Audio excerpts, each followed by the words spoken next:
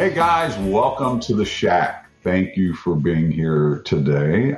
We are bringing episode number what number are we on, Mikey? 27. 27, episode 27. So you can check our podcast out at a bunch of places. I know one of them is the website, and the other three are where, Mike? Anywhere you can find podcasts. Oh, that one. Okay. That's a great place to look. So thanks for tuning in. We hope you've enjoyed all the Shack shows up until today, or up until now. Today we have a special guest with us. We're going to introduce Craig Caudill is going to be with us. But first, let me get the guys on here. My name is LT. It's good to hear you, man, on the inside. Mikey. I'm Nick. Brian from Woods Monkey. I'm Sam. Yeah, it was going to happen. Yeah, that was beautiful, guys. Beautiful. Mike, next time we need numbers. I thought they all knew the order, but that's okay. No problem. So today we have Craig Caudill with us. Craig has been a friend of ours for a number of years, not only on a personal level, but a friend of the company. And he has a knife that we're going to talk about today that he came up here and we got a chance to design, and had all these knives that he had, and we put this really, really cool knife together. We'll get into that. But other than that, he is also an educator. He is an author.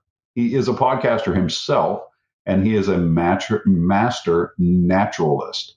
We were blessed, us guys recently got to spend some time with Craig in the woods at a tracking class down in West Virginia. And man, what a great time that was. So we had a really good time there. Now he teaches, he's generally, every time Mikey texts him, it's like, yeah, I'm in the woods at this location or something. It seems like he's never home. I'm sure his wife misses him sometimes. He's always out on the road. It seems like he's always somewhere working. But I'm sure that Craig will be the first to tell you that he loves what he does, or he wouldn't be doing it. So that is a for sure thing. It was a pleasure to get to hang out with him, not only camping, but his knowledge about tracking is incredible. And some of my questions today are going to still be on the tracking side of things. But not only tracking, he works with the government. He helps them out with some of the tracking. But great, he's a survival We're not guy. allowed to talk about that. We may not get into that. He has written for, Field and Stream, Outdoor Life. Self Reliance Illustrated. What a great magazine that was, man! Oh man, American Prepper, Wilderness Way. He has written a lot of different things, and he is a martial artist too. So he's got a lot going on. So without further ado, I'd like to let Craig have a chance to tell us about himself as well. And Craig, thank you so very much for spending your morning with us guys. We appreciate that. Yeah, man, it's a pleasure to be with you guys. It was good to be with you in the woods. It's good to be with you here. So you did a pretty good job there, LT. I don't know if I can add too much to it, but yeah, I do a lot of instruction. I spend a lot of time in the woods. I love the woods. I'm from Central Kentucky. Grew up in the woods, and so I found a way to enjoy doing that for work as well. So I spend as much time out as I can. I go out every morning. Right now, Tracker, my dog, is really upset with me because I'm on the podcast with you all instead of out on a track line with him, because that's his normal behavior, normal routine. So we're going to go after if this is done here today. But yeah, I do love sharing the outdoors with people. I love getting people outside, and sometimes that's just average ordinary folks like us here, and sometimes that is government type work that I do with both the United States military and federal law enforcement, state law enforcement. That is fantastic. I know that what first got you into hitting the woods so much? I mean, what piqued your interest in, I guess survival, self-reliance, that kind of thing. What kind of led you on that path? Well, I guess there's two paths there. One is how did I get here where I do this for a living as a job, and how I do this as just a way of life and things that interest me. I grew up in a family where we spent a lot of time hunting. I guess that was our focus more than just camping and stuff of that nature. We did do camping, but we spent a lot of time hunting. And so I thoroughly enjoy hunting back then. I still enjoy doing hunting now. So that was a big part of me growing up. But what got me into doing the survival thing, I guess if that's what we can call it, is growing up, I did period correct reenacting where I dressed up like Daniel Boone. I worked at Fort Boonesboro even when I was a kid, making flint and steel fires. So for tourists and stuff of that nature. So I did that for a while. We used to go to rendezvous and live in teepees and lean-tos and live off the land and that sort of thing for sometimes a week or two at times. And then as a job, what happened was I went to a class, and I'm very, very thankful for this gentleman, Richard Cleveland. I don't know if any of you guys know them or any of your listeners know Richard. He's got a school down in North Carolina. I think that's where he's at still, Earth School. And I went to what was called a survival class. And I left that class thinking, I do everything that we just did in this class for fun. I didn't realize that people taught that material as a business, for lack of a better way of saying it. I just didn't realize that was a thing until I went to that class. And so I remember, and my wife will tell you this, we were going hiking that weekend, my wife and I was like, do you think I could possibly do that? Do you think I can make a living just teaching people how to be safe in the outdoors? And she's like, I don't know, but if anybody can, you can. So that's kind of where that started. And that's where Nature Reliance School started. It was the name of my school is Nature Reliance School. naturereliance.org is our website. And so, we started formally teaching classes around 2006.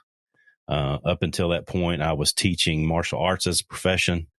I'd been in the regular workforce as well. I have a degree in statistics from the University of Kentucky, and I was a registration manager at a hospital, and then I went to work for a natural gas utility where I basically did statistical regression analysis on weather patterns and loads for natural gas pipeline. And so I did that, and then I had been studying martial arts and started teaching martial arts and was doing it. I left the natural gas utility to do it professionally. And so I was occasionally teaching some of my martial arts students stuff about the outdoors. And then, it just grew, and what I call survival TV happened. It just blew up. And when it blew up, then a lot of people were interested in obtaining that type of knowledge. And so we've been doing it ever since. Fantastic. What you said earlier about asking your wife, hey, can you think that I can do that? It's very nice. I'm in the same position, and I know you know this. Elaine was very supportive of me when I came home from my regular job and went, hey, I think we can make light knives for a living. What do you think? And she's like, yeah, let's do it. And kind of the same thing. It's nice to have that person, that wife in both of our instances that said, you know what, I believe in you. Well, let's do this. That's huge. And yeah, I mean, in all honesty, and I don't want to speak for you all, but a wife that is supportive takes all the hits that the guy who's running the thing takes the hits on, and then has to smile and move on. Yeah. And that's a hard job to be the wife of the man. That is a very hard job. And so fortunately, we homeschooled our kids too. So me and my wife and my kids, we've been home together for decades. Now my kids are grown now, but so a lot of people talk about, man, there's no way I could work with my wife. Well, I do that every day, and there's problems that come up with that, but that's definitely something that I'm very thankful that I've had the opportunity to do. That's for sure. Yes. Yeah. Same here. Man, that really sounds cool. That when you were talking about doing this stuff for the period stuff, how fun is that? It was a lot of fun. It's tourists. So you can imagine the questions you would get about a reconstructed Fort Boonesboro State Park. That is, the fort is, made with modern tools. It's not on the location of where the actual fort was, and people can't comprehend that sort of thing. I love recreating history, but it's frustrating at times that people want to take the modern world and assume that those in history were like us when they're not. They were very different than us. And so there's a lot of lessons there. But, the tourist stuff was what it is, working with tourists. But the actual me and my dad and my uncles and my cousins going out and laying down on the ground with flintlock rifles. And if we didn't kill squirrels the next morning or deer, then we didn't eat for a week. Then there's nothing about that was not fun. It was all a blast. Yeah. I like that. I'm going to have to drag Sammy out the woods and do a weekend of, hey, if you don't get it out of the tree, you can't eat it. Right, Sam? Oh, goodness. It won't be hard to talk me into it. Oh, okay. Well, there you have it. Hey, Mikey, now you've known Craig for a long time. Why don't you, because you actually went to one of his classes first and kind of went, hey, this is super cool. And you and I were talking about it. And then we're like, we got to put a tracking class together. Why don't you give us a little rundown on, like, you got a great relationship with Craig as well. Yeah. So Craig and I actually met at the Ohio Classic Knife Show back in 2011. And it was one of Craig's very first shows that he had done, and he and Zane were there with some of their leather goods, and he and I just kind of instantly hit it off and started talking, and it was just one of those things that, you talk to somebody and you kind of feel like you've known them your whole life, and that was sort of our relationship right out of the gate. And watching Craig develop as an instructor and as a narrator over the years, it was very high on my priority list to attend one of his tracking classes, and I got the opportunity to do that, and it was a very eye-opening experience for me. And as soon as I finished that class, I came back and I basically said, we need to figure out a way to get Craig here to teach tracking to everybody. And it was definitely well worth the effort that we put into having that class in West Virginia. Oh, absolutely. And I, again, thinking, growing up as a hunter, thinking, I can track a deer or something. boy, once we went through that class we were there for 2.5 days or so. After that, I went, man, I got lucky a long time with my West Virginia, what I thought was a tracking skill. So yeah, that definitely had an eye-opening experience for myself. There's no doubt. And Craig, I know, thank you very much for that. As far as the tracking goes, one of my biggest questions, and I think it goes with anything, it's one of those skills that you just can't do once every 3 months or so, is it? Well, yes and no. Any time that you're going to spend practicing, and we can maybe get into this today or some other time, there's a difference between practice and training and testing yourself. There's a big difference in those three things. But anytime that you put time in the dirt doing anything, whether it's fire building or tracking, doesn't matter, working with your knife and doing bushcraft work, that's good. If it's once a year, then do it, because we know scientifically it's good for our health, both mentally and spiritually and physically.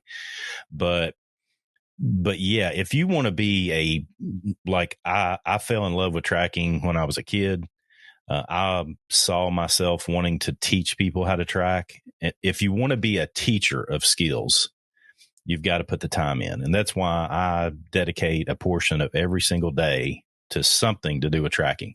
Most of the time that's me tracking. I'll spend, and I don't go out. Sometimes I only got 15 minutes, but I'll go out and look at tracks or study something.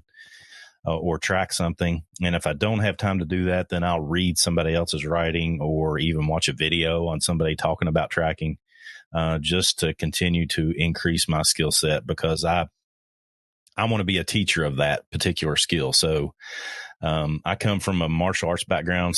Some of you guys do too, and you understand that. And I think this is a problem in our modern world. Somebody will do something and they get it right and they feel like they've got it. And the adage that I like to use all the time is, don't do a skill until you get it right. If you want to teach it, you got to do that skill until you can't get it wrong. I haven't got there yet when it comes to tracking. So I just keep going back. Because I know there's people in the military, law enforcement, other first responders that utilize the skills that I teach to save lives. And so or keep themselves safe. And so I take that very, very seriously. And so I put a considerable amount of effort into being able to teach that skill. Very cool. Mike, did you actually have a question? I'm sorry, I didn't. I do. Craig, I've often heard the stories about how you did a lot of the living history stuff as a child, but I want to know what's your sort of favorite memory or story from your time doing that as a child? Oh, wow. So the trip that I'll never forget is we were at what we call a rendezvous, and we have rendezvous at Nature Reliance School now too. It's just get-togethers. It's family reunions. It's when the frontiersmen and mountain men would come out of the hills and get together and trade and blanket trades and tell stories and stuff. But we went on a rendezvous one time where we were sleeping in lean-tos, and fortunately, very, very fortunately, and it hailed for about 2 hours. Like, I don't know that I've ever seen it hail like that. And it was one of those times where the ground was completely covered, like it was covered in snow, but it was covered in hail. And we were inside of a tarp. I mean, not a tarp, but a canvas lean-to, basically. We were living off the land. Everything that we ate, everything that we drank, we gathered from the ground. I mean, whether it was plant or animal, we were sourcing all of our food. We were sourcing all of our heat. We were sourcing everything on the ground in basically a hailstorm. And so it was one of those times where when it first starts happening, and I'm sure a lot of you all that are listening and you guys that are part of the podcast here, I'm sure there's been times where you're thinking, man, this sucks. And I'll never forget being in that lean-to setup, and just me and my uncle and my dad just got to laughing. Because it sucked so bad. It was just so bad that we all got to laughing about it. And it was one of those life-changing moments, literally, of how you look at something that is very unfortunate and you just laugh at it and you move on. And that's what that moment was. And heck, I was probably 8 or 9 years old and shooting a 45 caliber flintlock rifle at squirrels. And if a deer had came by, I would have done that too, just to be able to eat for a week. I mean, come on, guys. Yeah. Nice. You can't beat that. Yeah, the flintlock stuff, that's a whole different level too, isn't it? Yeah, man, I love flinters. I built my first one last year from a kit. I didn't build it from scratch. I built my first one from a kit, and a Jim Kibler kit.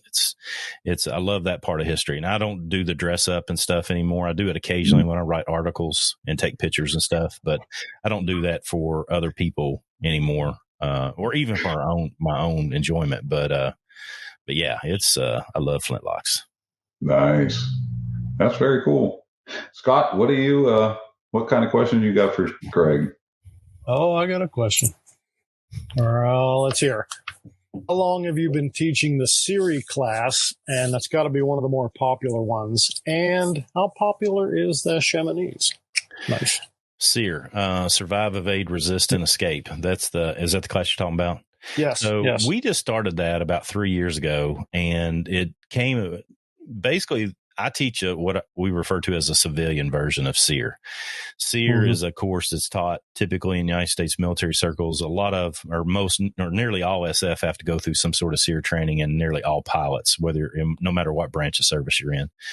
And It's basically preparing yourself to take care of yourself in a very austere, inhospitable environment. So basically you have to survive and not be caught. So we've had some military folks join our ranks as instructors at Nature Reliance School. And so we added that. So basically we teach the components, SEER, survive, evade, resist, and escape. And then everything that we do at Nature Reliance School, there's a test at the end. And so quite frankly, I can't say a whole lot about that class because the surprise of what happens in it is part of it. But it sucks. It sucks in a good way. We're safe. Everything that we do is very safe. But it does challenge people in a way that most have not been challenged. So, yeah, we love it. It fills up pretty quickly when we put it on the calendar. We love teaching that class. It's not most of our level 1 courses are what I call camping trips, studying the topic. Meaning you come, you stay at a base camp, and everybody's relaxed. You eat whatever you want to eat. And SEER is no different. We teach those different components of, we teach survival, we teach camouflaging, we teach how to fight, and we teach basically land navigation,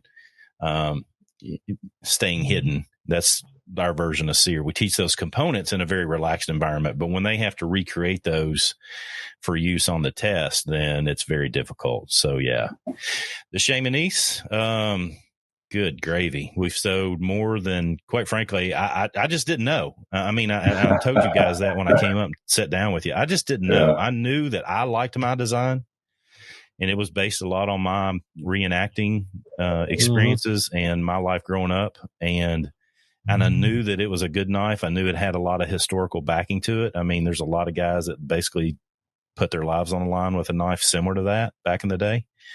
I just didn't know if other people would like it.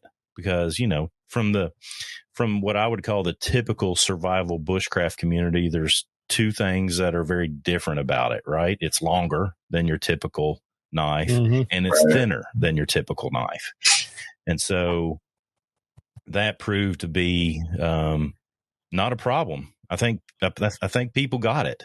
One of the things that I do that a lot of people don't is I hunt a lot, and I wanted a knife that would take literally, I shoot that deer, knock it down, I go field dress it, I hang it, I quarter it, I take it to the garage or the barn, and I cut it up and put it in freezer paper. And I wanted one knife to be able to do that, and that knife does that. And it does it very well. It slices meat thin when I need it to be cut thin. I've used it to fillet bluegill and bass. I've used it to, cut up a bunch of deer by now, and squirrels and rabbits. I mean, it does it all for me. But I think that's different than most, because I'm a hunter. As an outdoorsman, if I'm anything, I guess I'm a hunter more than a bushcrafter. And there's nothing wrong with either one. I'm just saying that's who I am. And so that knife does that for me. And we've sold hundreds of them at this point. And I really appreciate every one of you guys for being a part of that, because golly, that knife's done well. I can tell you this on just from the main part that I do, which is sharpening it. That knife is very similar to one other model that when I started working with LT, the light bulbs are starting to flicker, that for whatever reason, this knife comes out quite sharp. And that knife that is your design is one of those.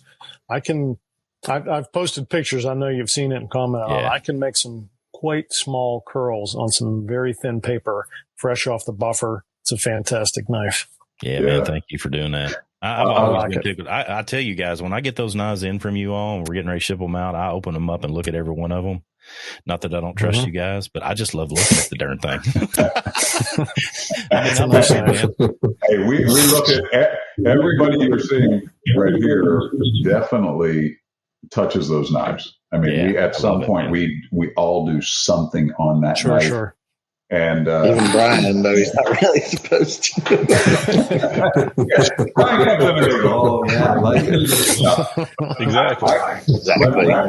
Let me back up a little bit. I can remember the day that you and your wife came up here, and you had that bag full of knives, and we sat in my office, and you laid some stuff out, and you go, "I like this, and you kind of went, "Hey, can we do this, and can we do that?"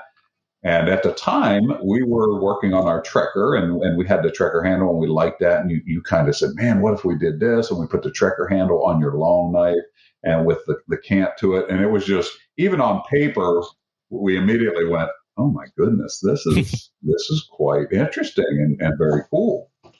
And you're right. The market that I think you are hitting with that is extremely untapped right now. And let's keep it that way, because you're killing it. Yeah, man. I mean, I think that's part of it too, is I'm a woodsman. I'm not a knife maker. Our mutual friend Shane Adams says all the time that SE is a knife company that does training. I'm just the opposite. I'm a training company that kind of does some knives, thanks to you all. And so I leaned heavily on you guys for insight into steel choices and grinds and all that stuff, because I knew what I needed, and I really appreciate your all's insight in helping me. Golly, man, it's been a great knife. I love it. Absolutely. I'll tell you what, when Sammy designed the Kydex around that thing, and it all came together. Hey, I got to be honest with you. I didn't like Kydex until you all put Kydex on that blade. I'm telling you right now, man. I'm a traditionalist, so I'm always been a leather guy. Right. And when I got that first knife with Kydex, I was like, well, this is my new knife and knife sheath right here. This is it. I mean, it's mine. I mean, I love the Kydex that you all do. It's gone very well for that knife. And it seems to be in the early days of selling that knife, most of the knives were leather. People wanted leather, and now it's on the opposite side of that. More people are getting the Kydex than the leather now. So, okay, that's been a good thing. That's been a real good thing. Mm-hmm. Yeah. Now, if the knives, just in general, where can they buy them from? Well, they can buy them from us when we have them. We always do pre-orders. That's the way our small business has to work. We always do pre-orders with you guys. And fortunately, River's Edge Cutlery bought 25 of them this past go, and they sold out of those in about 4 days. No kidding. Those guys they're gone. They are gone. So I'm guessing they need some more. Yeah, I mean, me and Mikey, I don't know how much all of you all been on this, but we've been working on some other things on the next order. And so hopefully that's going to happen real soon. And yeah, River's Edge wants some. I don't know if we should say this on this podcast, but another organization wants some. Oh, good. So yeah, I mean, the next order is going to be huge. It is quite interesting. And I'm going to tell you, we'll give River's Edge a plug right here. We went out for the grand opening of their new business, and I walked in, and there is a 10-foot by 10-foot. Right. I mean, literally on their wall. It's like a 20-foot room, and here is Craig's knife and a huge, beautiful picture taken by Anthony Awaken on the wall of this knife company or this knife business. I'm sitting there going, wow, is that so cool? Yeah, one of the owners, Mike Kent, has been to our school to study with us, him and his son Riley.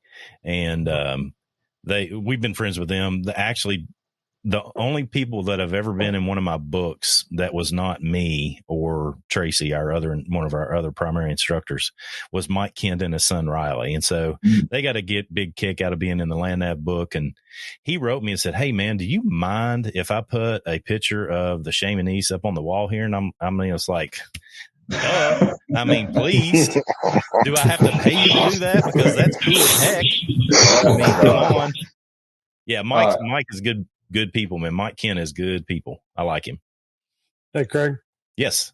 On the website, and the link for the knife, it says on this one portion, please note that all purchasers of Chamonix will receive a video detailing topics such as sharpening, field care, sheath options, forming leather, how not to use the knife, and more. First, that's genius. And second, the video link right below that, is that the video that somebody would receive if they purchase a knife? No. Is it the same video? So I have actually a playlist on YouTube, and I'm transferring that over to my website now. Those videos, one of the things I wanted to do, because again, I just didn't know how this would be received, is I wanted to, in my mind, people buying a knife from me are supporting me, and I want to support them. I do so much stuff that's free to people on social media, but somebody that wants to spend money with me, whether it's a class or a knife or whatever I'm selling, I want to support them. So I put together a series of videos. There's about 13 in there now, and I add to them pretty regularly. And when you buy the knife, you get put on a mailing list. And when I update that, those people get updated. Hey, I've got a new video in the Chamonix. And that's only for people that buy that knife. Gotcha. That was just a thank you that I did for those people. Yeah, that's cool. That's genius. Yeah. Very good idea. Absolutely. Sounds great. Hey, Nick, I think you're up next. You got a question for Craig? I do. So, as pretty much everybody here knows, I'm kind of the gear guy of the group for the most part. I like backpacks, EDC, knives, guns, all that stuff.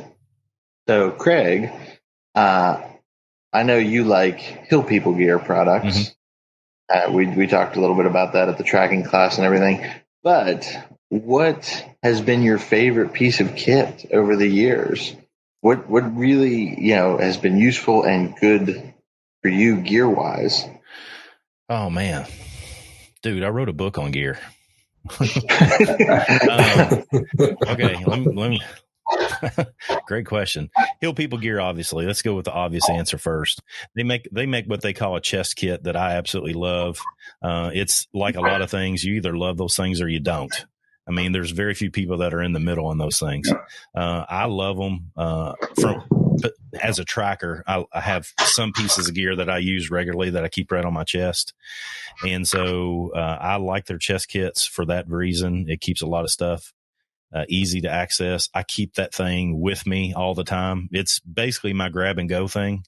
I keep in my chest kit what I would say is what I could survive an uncomfortable night outdoors overnight, and probably 2 or 3. And it's less than 10 pounds. So that's basically what I use that kit for. It has those type of supplies in it. So yeah, the chest kit is probably my number one thing that is new or different than what other people may have seen or utilized. But that also comes from my background of reenacting, really. I'm sort of getting off subject, but I always grew up with a rifleman's pouch and a possibles pouch on the other side. So basically the rifleman's pouch had the rifle supplies in it for the flinter or the muzzleloader, the black powder that I'm using. And the other one had the other stuff, the snacks and maybe an extra blade and maybe a repair kit and stuff of that nature, like Simon Kenton would have carried. So I grew up with carrying not much stuff and just being very comfortable in the outdoors like that. So that kind of transition to, well, quite frankly, what that does is it causes a lot of shoulder strain. And so I got to the point, I don't know if it was injuries from teaching judo, but having shoulder straps on was problematic. Plus, I couldn't fight like that. And everything that I do, I have in the knife design, the Chamonix, the packs that I carry, how I carry my equipment on it. I want to be able to fight you with it on at any given time. And what I determined is haversacks and possibles pouches that hang off your shoulders. It's hard to fight in that. And I know that sounds crazy to some people that are listening, but I'm always ready to fight. So, dude, that's the obvious one, Nick. Let me think of another one here. There's nothing wrong with that, though. I tell you what, though, here's the thing. In general, there's been several different ones, but a flashlight, guys. Oh my gosh. Oh, yeah. I use a flashlight every day. It's a flashlight. If you start carrying a flashlight every day, you will use it just like you will a pocket knife. There's so much stuff that you can use a flashlight for, man. And I use one every day. Yeah. I just don't, I mean, back in the day, I would look at people that didn't carry a pocket knife and go, man, I feel sorry for you. Right. You not live a life that you need a pocket knife sometime and every day. I mean, but flashlight, I'm about to the same point, man. I mean, I use a flashlight on a regular basis. So I think that's my answer, Nick. Chest kit from Hill People Gear and a flashlight. Nice. Oh, and I can get behind both those. Yeah, I was going to say both choices are good. Same here. I'm a big fan of that chest. Well, it can hold so much stuff. Yeah, man. Yeah, wow. I love them. That is crazy. That sounds great. Sammy, you are up next. Okay. Mine's a pretty simple question, Craig. What is your favorite class to teach? And I guess why? Tracking. Scout tracking. No doubt about it. And I've become very comfortable with that. Quite frankly, there's not as many people that like tracking.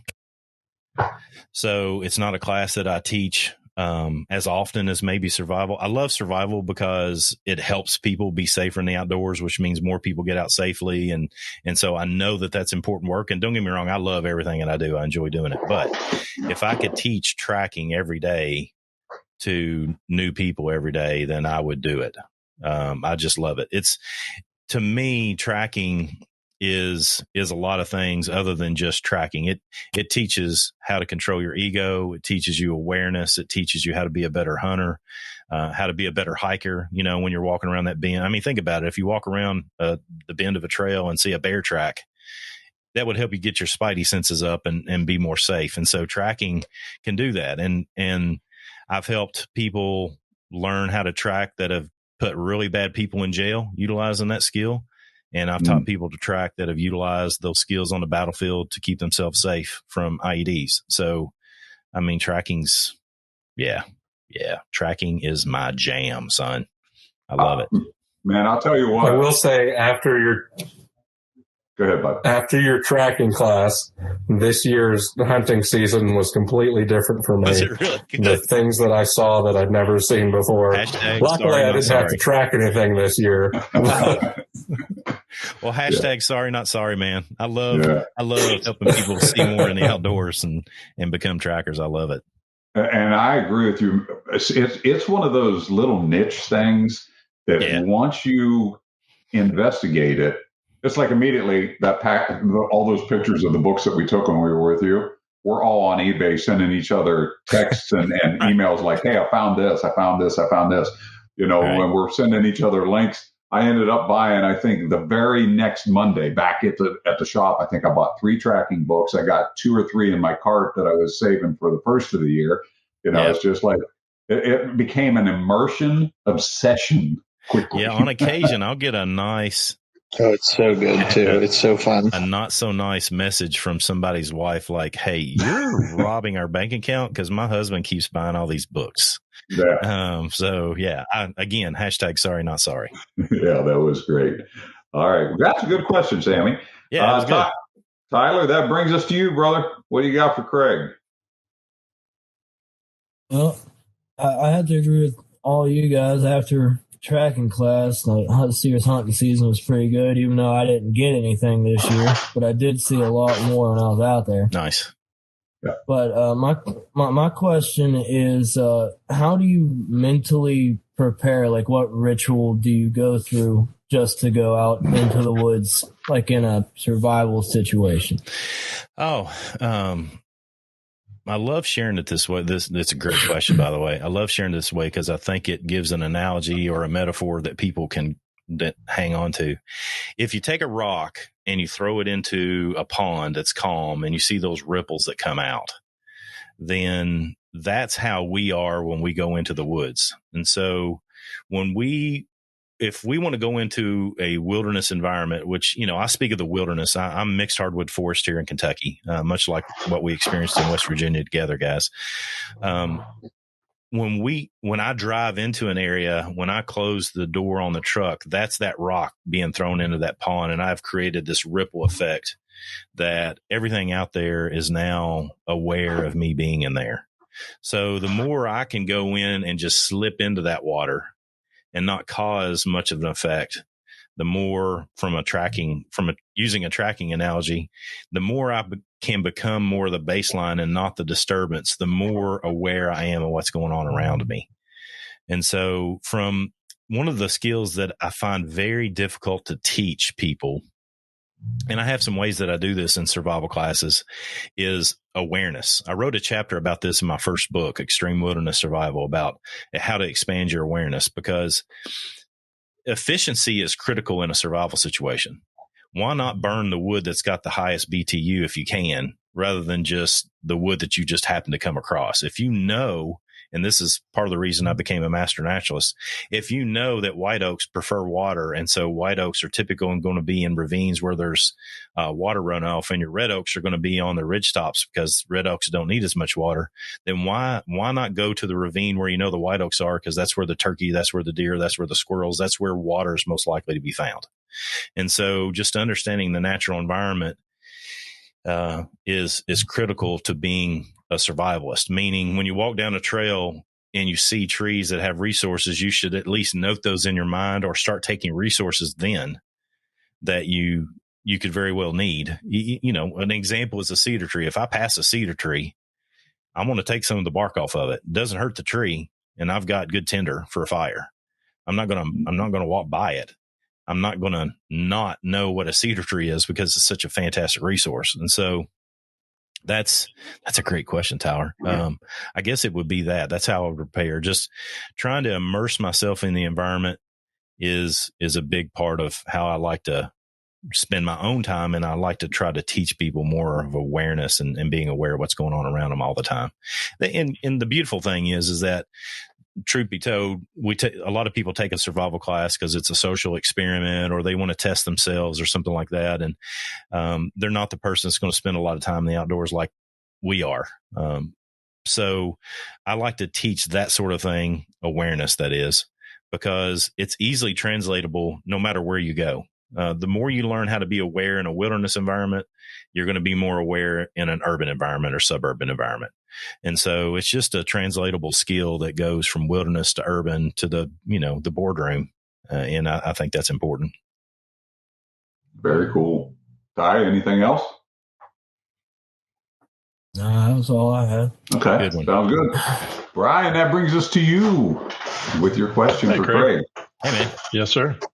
Hey, you had mentioned before about survival TV, and now there's a lot of people getting out into the woods and doing things that they don't have a background in, or maybe they're doing it for the first time. And what would you say is kind of a good starting point, or where do you point people to say, okay, this is the first class you need to take, or here's the first thing you should do, or because sometimes it's intimidating if you don't have that background, like where to start and how to jump in.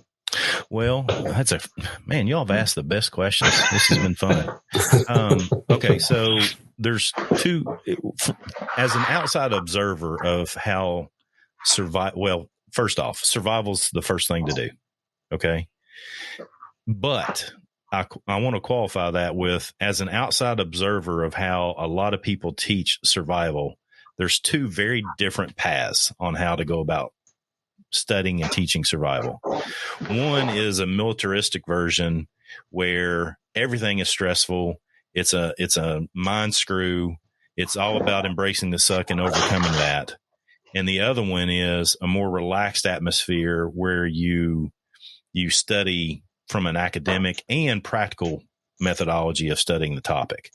Now, I've trained a bunch of special forces. I've trained with a bunch of special forces, and I had one really fantastic special forces mentor of mine. I've never been in the military, just to be clear, but I had a mentor of mine that was former special forces who said, Craig, why in the heck would you teach that? Let the military do that. Why would you teach a class where as soon as you get out of the truck, you have to carry a log for 100 meters or 100 yards or whatever? Because you're really, there's nothing wrong in building people's mindset and building their mental fortitude and resiliency. I get that. But when you're teaching survival, from my perspective and from his perspective, there needs to be an academic study first.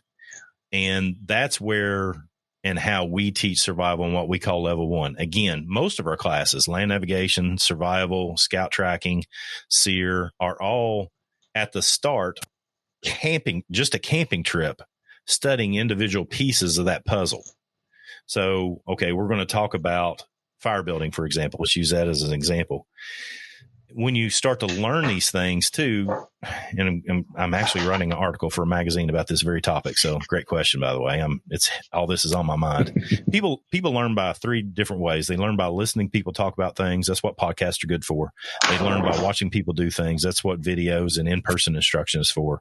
And then they learn by doing things. If you're Michael Jordan and you want to learn how to shoot free throws, you don't watch videos. You go shoot free throws. If you're an outdoorsman and you want to shoot a bow, you don't watch video. And not that you can't learn by watching somebody teach you on a video, but the better way to become a better bowyer and a better shooter of bows is to shoot bows. Track to become a better tracker. Build fires to become a better survivalist. And so that's what we do. If we're doing a fire building section in a survival class, 80% of the time where we're focused on fire, people are going to be doing things with ferro rods, lighters, gathering materials, and building fires and running into problems and overcoming those problems with me looking over their shoulder, helping them. Okay. That's how we approach the subject of learning. Instead of the embrace the suck. Now, level 2, level 3 is knife only. You walk in the woods with nothing but a knife and you got to make it for 3 days with nothing but a knife. Okay. That sucks. Because we always do it in February when it's cold, man. Cold. So level 2, similar, 25 pounds or less. That's all you get to carry into the woods with you, which is a lot of gear actually for a weekend in my estimation. But for people that are new, that pushes them. And basically you have to make the decision. Do you take good sleeping stuff or do you take good eating stuff? That ends up being the decision people have to make. And so they have to sacrifice one or the other, which I like. Putting people in somewhat uncomfortable situations. And then we have what we call lost person exercise. And it's sort of We actually don't market or put this out there, but students that want to test themselves, we basically take them to the outdoors and let them stay as long as they want to stay.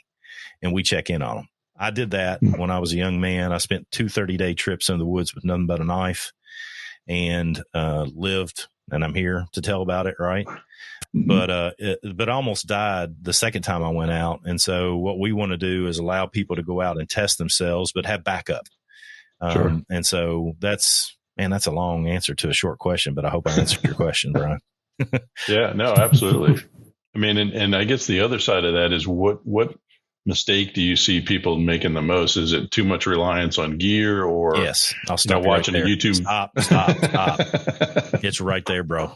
It's right there.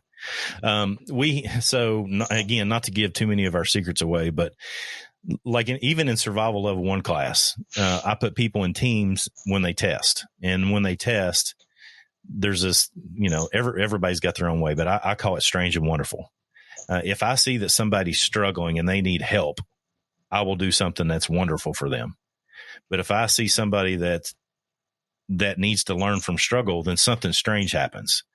And one of the things that's strange that happens to people is I just take their pack away from them and say, you don't get to use it for the test. I've taught you how to survive without it. And then I just take it from them. And I've had people just stop and look at me and go, what do I do now? I was like, man, I've been training you all weekend on what to do right now. Go do it. And so it's a way of simulating stress, putting people under stress inoculation, which is good, but not too much that they're physically damaging themselves or endangering themselves or others, and not so much that they can't learn. The difference between what I think that we do and what I see a lot of others do is I want people to walk away from a class retaining a lot of information. It's not about just coming to a class and having an experience and going, ooh, I went to Nature Reliance School and studied with Craig Caudill and we did survival. I don't want that. I want them to leave, and I want them to have a head full of mindset, skills, tactics, and gear. That's what I want them to leave with. And so science tells us this, is that it's hard to retain information under stress. That's science. So what I do is I teach people how to deal with that stress so that we put them in a situation where they can retain information. Then I stress them out, and then they can pull that information out. That's our methodology. And we do that in every class. We do it. I mean, we teach people how to do land navigation, and then we throw them out in the dark, and they have to do a course in the dark. And people actually often say, I found it easier to navigate in the dark than I did during the daytime. It's an interesting phenomenon, really. So, but yeah, great questions. Very cool. I actually have a question for you on the tracking side of things, because again, I'm very good. My interest is piqued in that. So you're a tracking nerd, is what you're saying, LT. I really I have the books laying, they're right at my side table at home, and I'm flipping through them Sunday mornings and the evenings, and I'm like, yeah, this is cool. Then I have my videos that I keep watching. I probably found everything good or bad on YouTube and watched it just because, Sure. I love to immerse in stuff. So if you were in, let's just say we have a lost person, forbid that ever happens, and what would be the absolute most perfect conditions to track them in, and what would be exactly opposite, the worst possible scenario that you stepped out of the truck and went, oh, crap? Okay, so I said for years before I went to Utah and trained people how to track, that if you learn how to track in mixed hardwood forest, that you can go anywhere in the world and track. But if you learn how to track there, where there's a lot of sand and there's not as much leaf litter and grass, if you learn how to track there, you may or may not be able to track when you become, or you come to an area like where I live, mixed hardwood forest. So ideally, moist or damp sand, because anytime Lacard's principle is a law enforcement principle that says that anytime anything comes into contact with another piece of matter, there will be some remnant or something left behind. And so that is what we call a track. Something steps on the ground. It makes a mark on the ground. That's Locard's principle in action. Okay. So out there in damp sand, and I want to be clear on damp sand because dry sand is not the same, but damp sand, it's easy for something to make a mark and it be easily seen.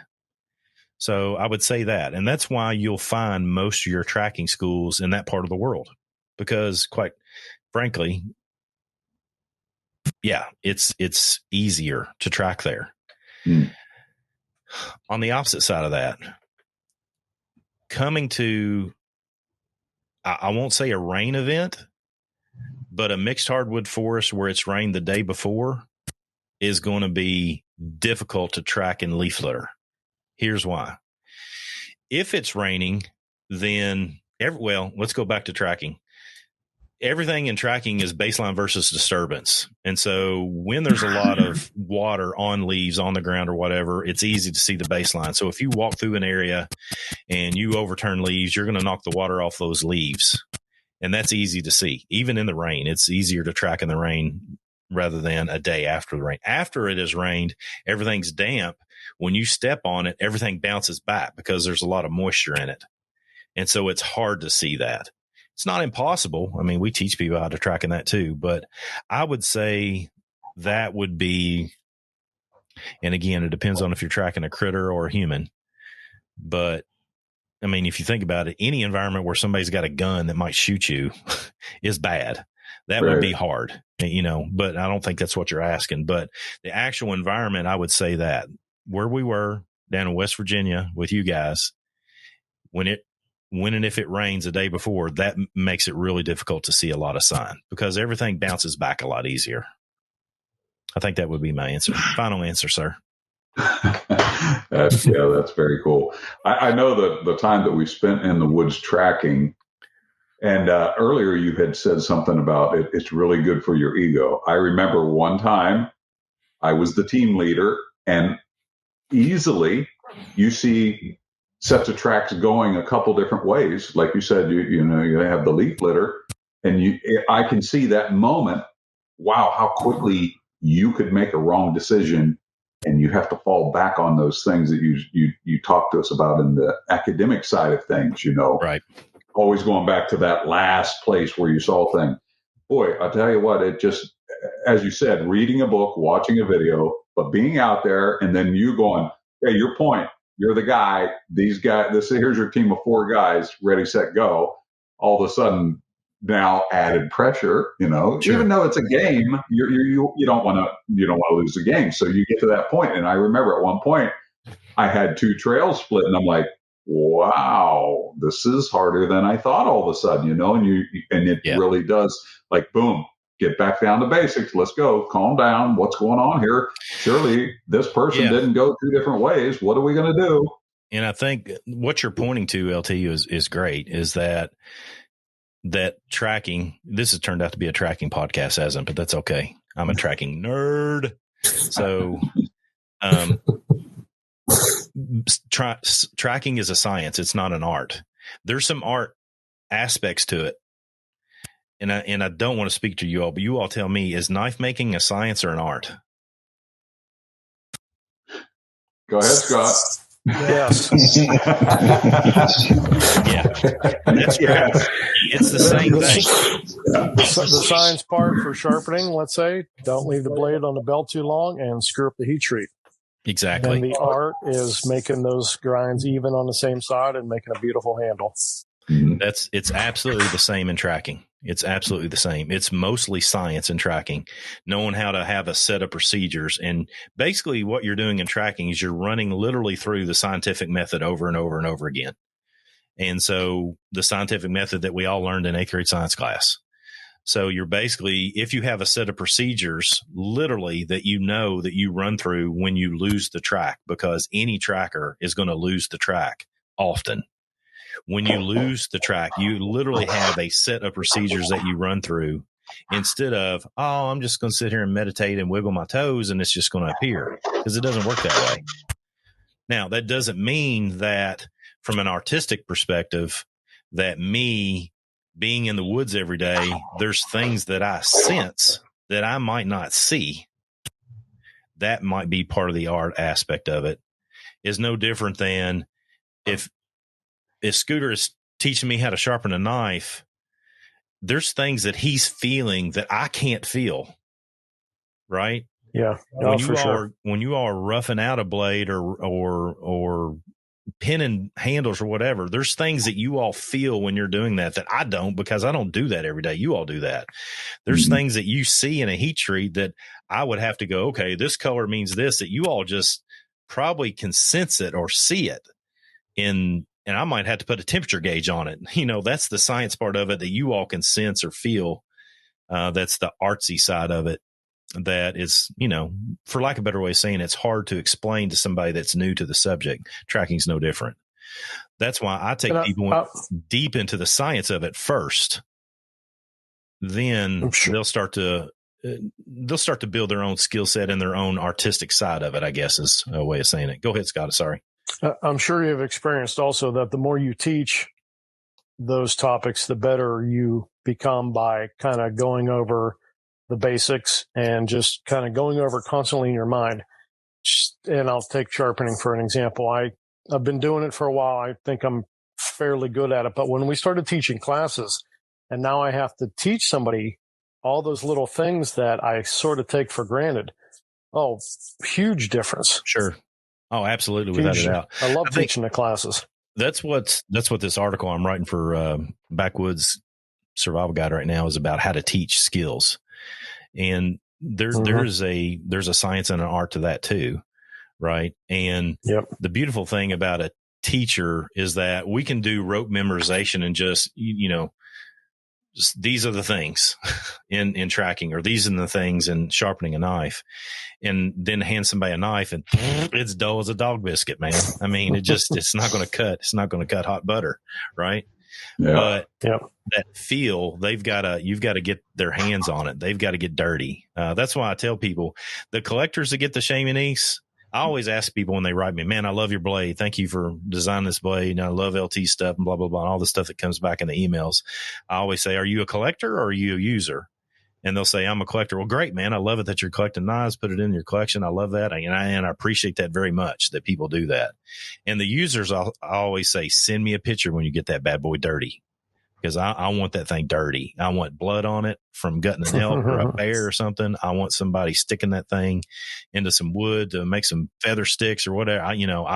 That's how people get better at doing things. So, yeah. Nice. For sure. Very cool. Okay. Does anybody out there have any final questions for Craig? This is your chance to throw it out there. Not a question, but a statement. I'm so sorry that I missed taking part in a tracking class. You should be. It was the greatest class I've ever taught. I've never taught one as good as that class, and so it'll never happen again. Hopefully, I'll make the next one. You should be sorry, man. We had a good time, didn't we, boys? We did have a good time. I know you have. I've been down to LT's farm to camp. That's fun in its own right. But to take the class, I know I missed out. Hopefully I make the second one or the next one. Yeah, you're definitely going to have to get out there and do that. Yep. Craig, now we're coming to the end of 2022. What are you looking like for 2023? You've got a lot going on. And where can people find you? So the easiest way to find us anywhere is naturereliance.org. That's our website, naturereliance.org. We're on all the social media, Instagram, Facebook, YouTube, Twitter. So you can find us there. Just look up Nature Reliance. And thank you for asking. 2023 looks good. We are two big things that are happening for us. We're developing an instructor cadre of people to pass on how to teach to other people.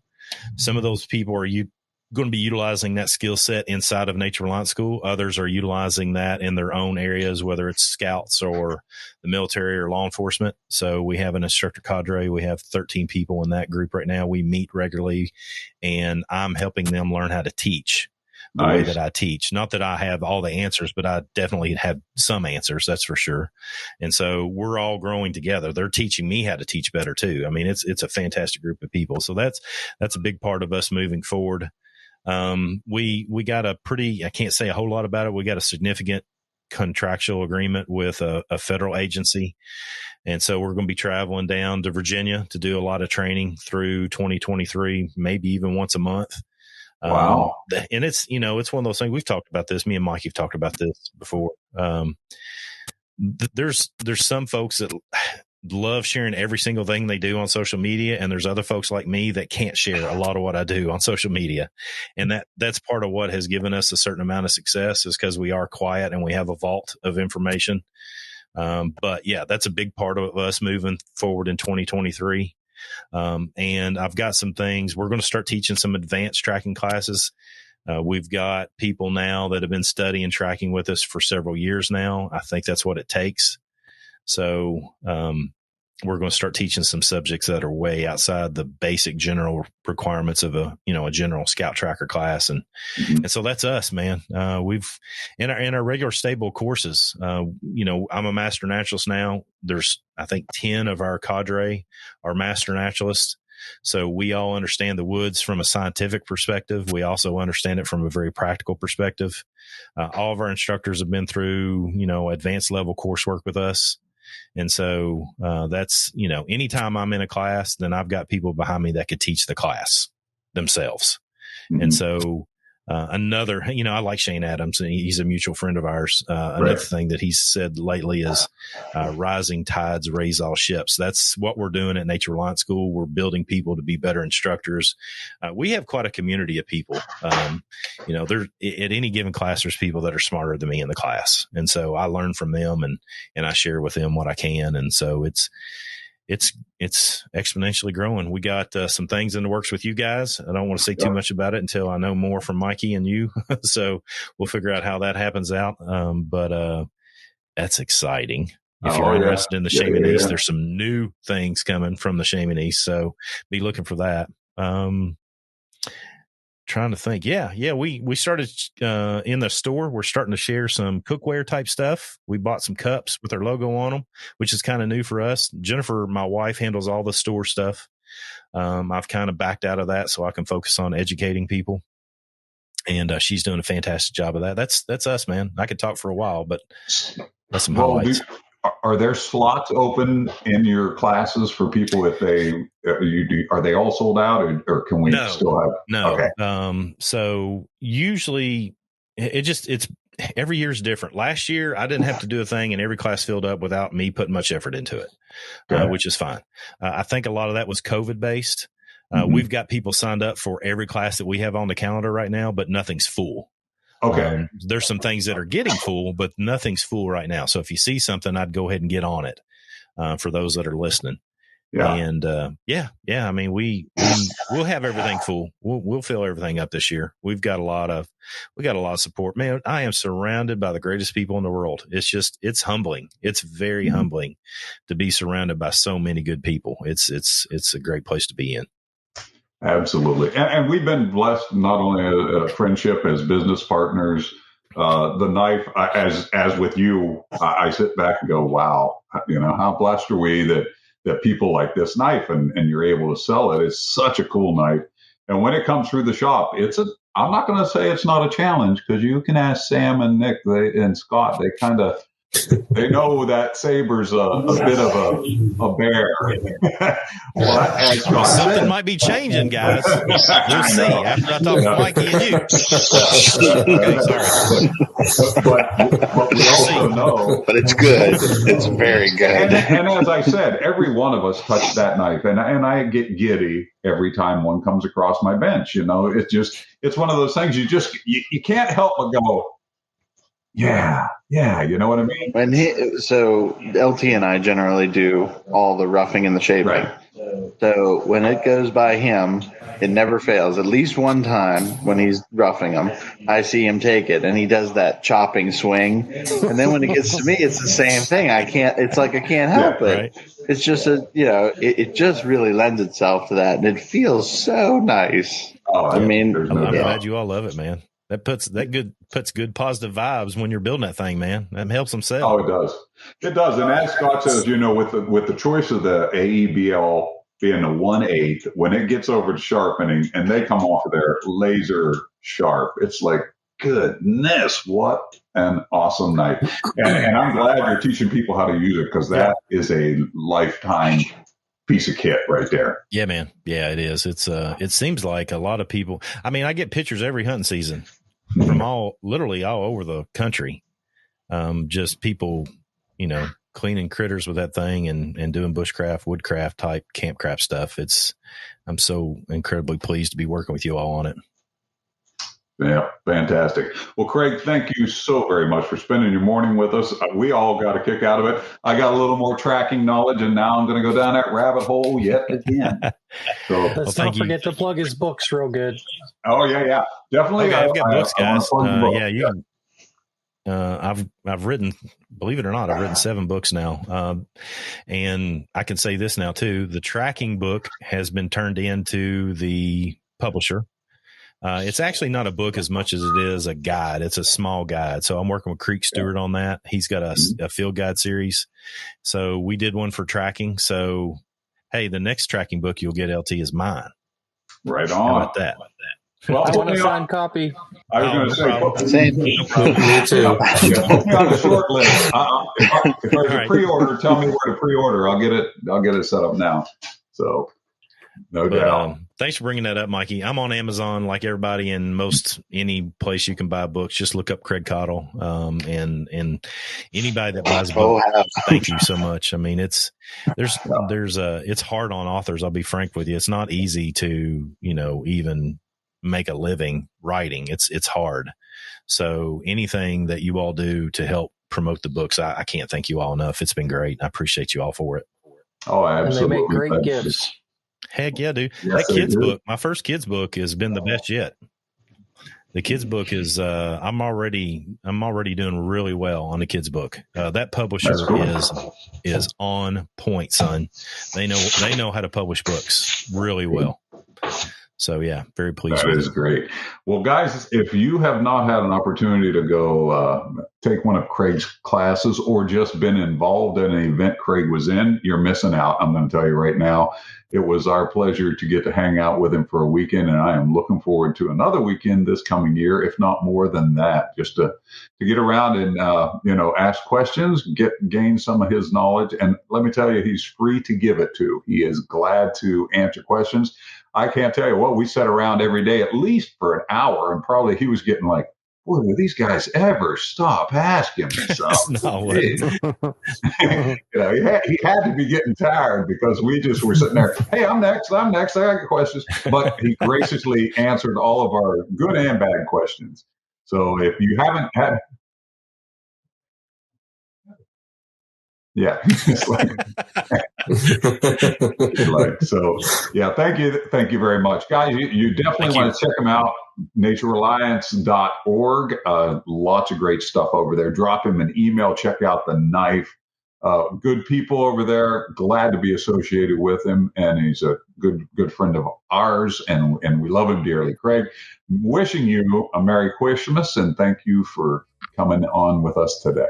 Yeah, Merry Christmas to everybody there and all the listeners. Thank you so much, guys. You as well. Episode